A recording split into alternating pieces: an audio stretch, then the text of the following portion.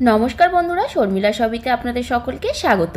আজকের ভিডিওতে আমি একদম রেস্টুরেন্টের মতো মাশরুম মশলা করে দেখাবো, যেটা আপনারা একদম ঘরোয়া কিছু উপকরণ দিয়ে খুব সহজেই বানাতে পারবেন।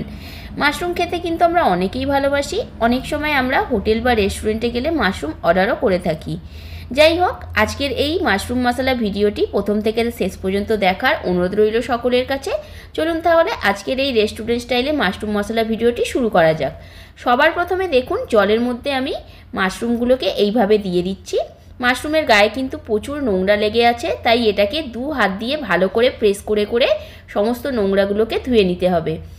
এইভাবে আমি কিন্তু দুবার তিনবার জল পাল্টে পাল্টে মাশরুমগুলোকে এইভাবে ধুয়ে নেব। আপনারাও কিন্তু এইভাবে মাশরুমটাকে আগে পরিষ্কার করে নেবেন। মাশরুমগুলো দেখুন খুব ভালো করে ধুয়ে নিয়েছি। এবার জল থেকে তুলে নিয়ে মাশরুমগুলো আমি একটা ছুরির সাহায্যে পিস পিস করে কেটে নেব। যে পিসগুলো একটু ছোট সাইজের আছে সেগুলো মাঝখান থেকে দু আধখানা করে নিচ্ছি, আর বড়গুলোকে 4 ভাগ করে নিচ্ছি। এইভাবে মাশরুমগুলোকে আমি কেটে নিলাম, আর নিচের অংশটা অল্প একটু সমস্ত মাশরুম থেকে কেটে বাদও দিয়ে দিলাম। দেখুন এইভাবে টুকরো করে নিয়েছি।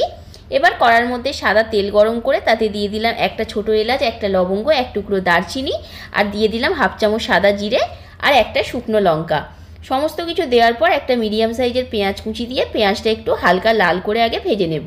এরপর দিয়ে দেবো একটা মিডিয়াম সাইজের টমেটো কুচি। টমেটোটা দেওয়ার পর টমেটোটা একটু পেঁয়াজের সাথে ভালো করে নাড়াচাড়া করতে থাকবো। তারপরে এখানে আমি দিয়ে দেব হাফ চামচ নুন। নুন দেওয়ার পর আবারও আমি সমস্ত কিছু ভালো করে মিশিয়ে নেব। নুনটা দিলাম যাতে টমেটোটা গলে যায় তাড়াতাড়ি, তার জন্য। এরপর এখানে আমি দিয়ে দেব 1 চামচ আদা রসুন বাটা। আমি এখানে আদা রসুন একসাথে বাটা ব্যবহার করেছি, আপনারা চাইলে আলাদা আলাদা বেটেও ব্যবহার করতে পারেন। দেখুন সমস্ত মশলাটাকে ভালো করে মিশিয়ে নেওয়ার পর এবার এখানে দিয়ে দিলাম কারি পাতা। কারি পাতা দেওয়ার পর ভালো করে আবারও সমস্তটা মিশিয়ে নিয়ে এবার গুঁড়ো মশলা দিয়ে দেবো। প্রথমে দিলাম হলুদ গুঁড়ো, তারপর দিলাম লাল লঙ্কা গুঁড়ো, এরপর জিরে গুঁড়ো, দিলাম ধনে গুঁড়ো, আর অল্প একটু জল দিয়ে মশলাটাকে ভালো করে আগে আমি কষিয়ে নেব।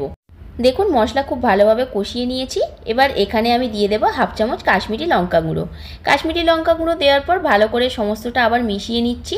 5 মিনিট ধরে সমস্তটা একটু ভালো করে আবারও কষিয়ে নেওয়ার পর দেখুন তেলটা খুব সুন্দরভাবে ছেড়ে দিয়েছে, আর এখানে আমি মাশরুমটা অ্যাড করে দিয়েছি। মাশরুম অ্যাড করার ফুটেজটা আমি আপনাদের সাথে শেয়ার করতে পারিনি, তার জন্য আমি অত্যন্ত দুঃখিত। এবার এখানে হাফ চামচ গরম মশলা গুঁড়ো দিয়ে সমস্তটা আবারও ভালো করে মিশিয়ে নেব।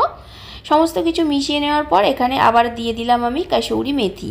কাসৌরি মেথি দেওয়ার পরও সমস্ত কিছুকে ভালো করে মিশিয়ে নেব। এখানে কিন্তু কোনো এক্সট্রা জল আমি ব্যবহার করিনি। মাশরুম দিয়ে যে জলটা বেরিয়েছে সেটা দিয়েই মাশরুম মশলা আজকে আমার রেডি হয়ে গেছে। আজকের মাশরুম মশলা রেসিপিটি যদি আপনাদের ভালো লাগে একটা লাইক, কমেন্ট অ্যান্ড শেয়ার করবেন, আর যারা চ্যানেলটিকে সাবস্ক্রাইব করেনি চ্যানেলটিকে সাবস্ক্রাইব করে দিয়ে পাশে থাকবেন।